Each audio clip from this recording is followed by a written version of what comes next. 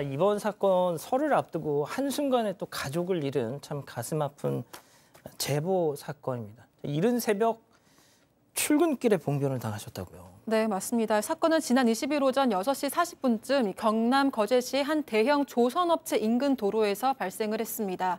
이 사고 영상은 3차선에 있던 차량 블랙박스에 고스란히 담겼는데요. 당시 블랙박스 영상에는 이른 시간임에도 많은 사람들이 보행자 신호에 맞춰서 횡단보도를 건너는 모습이 담겨 있습니다. 대부분 출근 중인 조선업 종사자들이라고 하고요. 그런데 흰색 승용차가 신호를 무시하고 엄청난 속도로 횡단보도를 가로질러서 질주를 하고 자전거를 타고 건너던 50대 남성을 그대로 들이받았습니다. 이 피해 남성은 횡단보도에서 훨씬 벗어난 곳에 떨어졌고 헬멧을 착용하고 있었지만 머리 쪽에 심각한 부상을 입었습니다. 피해 남성은 목격자들의 도움을 받아서 병원으로 이송됐지만 끝내 숨졌습니다. 피해 남성의 조카인 제보자에 따르면요. 삼촌인 피해 남성도 이 조선업에 종사했고 출근 중에 봉변을 당한 거라고 합니다. 또 이미 심한 뇌출혈로 현장에서 숨을 거둔 상태였다고 전했고요. 또 이 사고로 네팔 출신의 30대 남성도 경상을 입었습니다. 제가 보통 이런 영상이 있으면 미리 보지 않습니다. 저도 방송에서 우리 가족 여러분들하고 함께 보면서 좀 같이 반응하려고 저도 방송 전에는 가급적 이런 자료 영상, 준비된 영상을 보질 않는데 와, 좀 너무 충격적이네요. 자, 아무튼 이 당시 사고 현장에 있던 목격자의 얘기 한번 들어보시죠. 제가 그 횡단보도 앞에 딱 서 있는데 정말 눈 깜짝할 사이라는 말도 짧을 정도로 차가 앞을 지나간 거예요. 그 정도 속도가 빨랐다는 얘기인 거죠? 네, 너무 놀라가지고 순간 거기를 아시는 분들은 그 앞에 그렇게 속도를 빠르게 내고 지나갈 수가 없는 데거든요. 워낙 자전거로 출퇴근한 사람, 걸어온 사람, 컴버스로 온 사람 많기 때문에 출근하시는 노동자 한 분이 저 차 음주 차량인 것 같다. 빨리 112에도 신고하라면서 출근하시면서 저한테 그 이야기를 해서 음주거나 이런 일이 아니면 상상이 안 되는 일이거든요. 와, 진짜 눈 깜짝할 사이였어요. 지금 아마 소리도 못 질렀다고 합니다. 영상을 보셨지만 정말 순식간에 일어났던 것이고 저 구역 자체가 뭐 횡단보도니까 사람들이 많이 왔다 갔다 하고 사실은 출퇴근 시간에 안전 요원이 있다고 합니다. 그래서 저런 것들이 가능하지 않는데 아마 너무나 급하게 뭐 순식간에 지금 저 일이 지금 일어났는데 그러다 보니까 현장에 있던 사람들이 뭐냐 저거 운전하는 사람 뭐가 문제 있는 거 아니냐 119 뭐 신고를 하면서 또 112 신고를 하면서 술 냄새 날 것 같다 경찰에 신고해야 된다 이런 얘기를 했다고 합니다. 왜냐하면 지금 보시다시피 저 장소에서 또 저 위치에서 저렇게 빨리 가는 게 불가능한 얘기거든요. 당연하죠. 그러다 보니까 뭔가 음주 아니고는 상상할 수 없었다고 얘기를 하고 있습니다. 음주거나 뭐 약이거나. 예. 자, 다른 것도 아니고 교수님 사망 사고인데요. 네. 저 운전자 도대체 왜 저런 거랍니까? 그러니까요. 저희가 봐도 지금 너무 빠르게 지나가니까 상상할 수 없는 정도의 사고잖아요. 근데 가해 차량 운전자 일단은 거제도에 거주하고 있는 30대 여성이에요. 저 사고가 났으면 깜짝 놀라서라도 이렇게 중간에라도 어떻게 서야 되는데 거의 뭐 100m 가깝게 70m가 넘게 가서야 멈췄고 그 멈춘 것도 본인이 멈춘 것이 아니라 사고 현장에 있던 시민들이 이제 서라 그러니까 선 거라고 합니다. 영상 그런데, 다시 한 번만 좀 보여주실래요? 네, 차 안에서 또 나오지도 않고 오래 앉아 있었다고 해요. 뭐 여기까지는 놀라서 자기도 그럴 수 있었다고 친다고 하는데요. 지금 교수님 말씀해 주시니까 저도 보면서 느낀 게 저 네. 사고 직후에 차가 쓰질 않고 그냥 쭉 가요, 계속. 그러니까요. 보통 저렇게 보세요. 되면 놀라서라도 이제 사실은 차가 덮치는데 네. 예, 일단 저희가 그러고, 편집을 했고 네. 차가 그냥 저기 쭉 그냥 갑니다. 밀려갑니다. 예. 원래대로라면은 이제 횡단보도 지나서 적당한 데 서야 되는 거잖아요. 근데 계속 가요. 그러니까 이제 뭐 놀라서 그렇다고 친다고 쳐도 차에서 이제 내려오지도 않고 내렸는데도 불구하고 막 뛰어나가거나 울거나 어떻게 좀 해야 되는데 그냥 주머니에 손을 넣고 가만히 있었다라는 거예요. 지금 보니까 목격자들이 너무 많은데 어쨌든 저렇게 했고 뭐 경찰이 도착을 했습니다. 음주운전 가장 궁금했는데 3차례나 음주 감지기로 확인을 했는데 음주 아니라고 합니다. 또 졸음운전도 아니고요. 무면허도 아니고요. 약물에 취한 상태도 아니라고 합니다.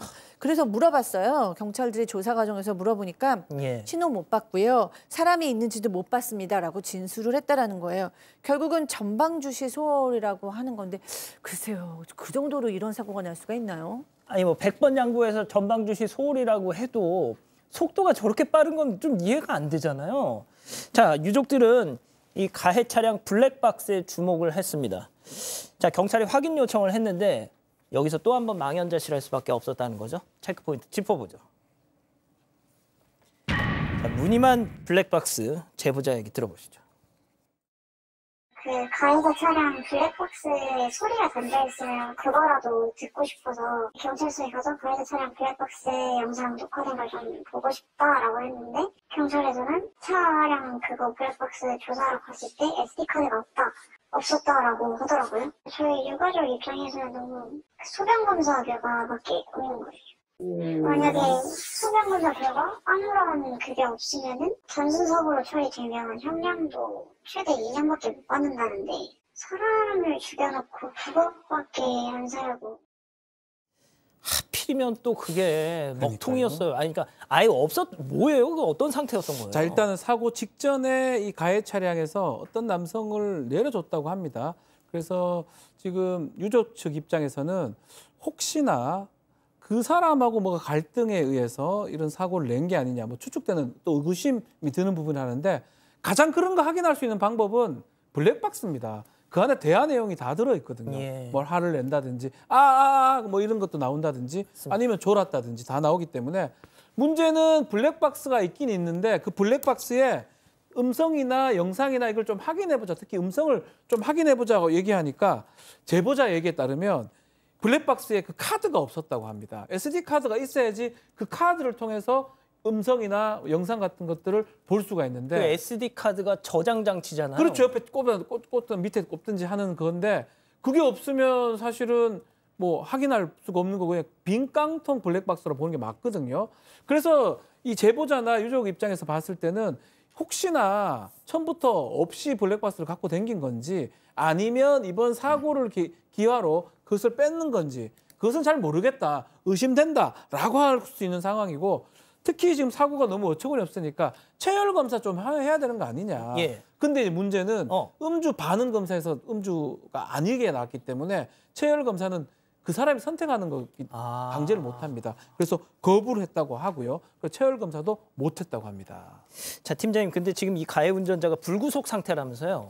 그렇습니다. 경찰에서 가해 운전자를 교통사고 특례법상 치사 혐의로 불구속 입건을 했는데 경찰에서는 도주 우려 없고 증거 인멸 의료가 없다고 보고 있는 거예요. 그런데 이 제보자 측에서 지금 가장 중요하게 생각하는 것은 지금 체해를 못했어도 소변 채취를 했어요. 소변을 국가수로 보내면 거기에 약물이라든지 마약 성분이 나올 수도 있는데 문제가 있습니다. 경찰에서 이걸 결결해가지고 영장 처리를 하겠다고 하는데 지난달 무안공항 사건 때문에 국가수가 이 일이 밀려 있어요. 그러니까 언제 이 소변 검사를 할지를 모르겠다라고 보고 있는 거기 때문에 좀 두고 봐야 되고요. 그런데 어찌됐든 사고 났으면 가해자 입장에서는 사고를 냈으면 불구속이니까 신병이 밖에 나와 있습니다. 그러면 그 찾아와서 미안하다고 하면 좋겠지만 그렇지 못하면 전화를 하거나 문자를 보내거나 미안하다고 해야 되는데 이런 방법 아무 말도 없다는 겁니다. 이거 정말 상당히 화난 일인데 그리고 또 경찰에게 들었는데 이 가해자가 뭐라고 했냐면 사고 후에 이거 보험 처리하고요. 저는 뭐 이거 형 살다 나오겠어요. 무슨 말이냐면 이 사건은 신호위반 12항목이기 때문에 별도 합의를 해야 되거든요. 합의하려면 돈을 줘야 되는데 그게 싫으니까 나는 형으로 살겠다. 이렇게 막말까지 했다고 그러니까 상당히 유족 입장에서는 상당히 지금 가슴 아픈 일인 것이죠. 교수님 참 이게 그냥 몸으로 때우겠다라는 얘기를 그러니까 사과도 않는 거잖아요, 지금. 그러니까요. 일단 어떻게 돼도 사과부터 하셔야 되는데 지금 유가족은 너무 피눈물밖에 흘릴 수가 없는 거예요. 왜냐하면은 이 삼촌도 열심히 일하시는 분이라서 홀로 떨어져서 거제도에서 열심히 일했다가 정말 오랜만에 가족들을 만나기로 다 약속이 되어 있던 상황이라고 합니다. 이런 황당한 사고로 한순간에 삼촌을 잃어서 너무 황망한데 경찰 조사를 기다리고만 있어야 되는 것이 정말 답답하다고 하셨고요. 도대체 음주도 아니고 약도 안 먹고 이런 사고가 났다는 게 믿어지지 않는다고 하시면서 제대로 된 경찰 조사를 통해서 사고 원인이 정확하게 밝혀지고 가해 운전자가 정당한 처벌을 받았으면 좋겠다라고 강조하셨습니다. 유족께서 이 억울함이 좀 많은 분들에게 좀 알려지길 원하는 그런 심정에서 고 윤정식님의 저렇게 영정 사진을 공개해도 좋다라고 저희한테 전해주셔서 저희가 저렇게 준비를 했습니다.